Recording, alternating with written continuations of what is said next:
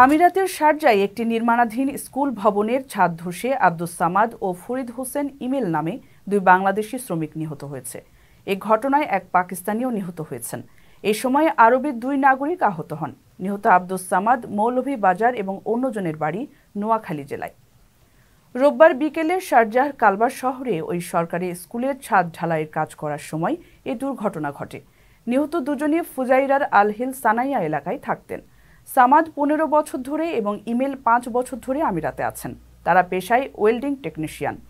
মরদেহ বর্তমানে শারজাহ কালবা হাসপাতালের হিমঘরে রয়েছে।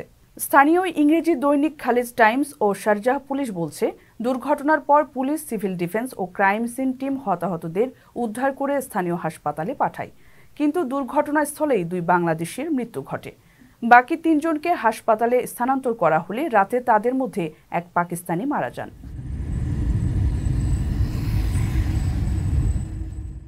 প্রবাসীদের বিনিয়োগের শতভাগ নির্ভরযোগ্য প্রতিষ্ঠান প্রবাসীর সিটি লিমিটেড। এখানে বিনিয়োগ করে হালাল মুনাফা অর্জন করুন।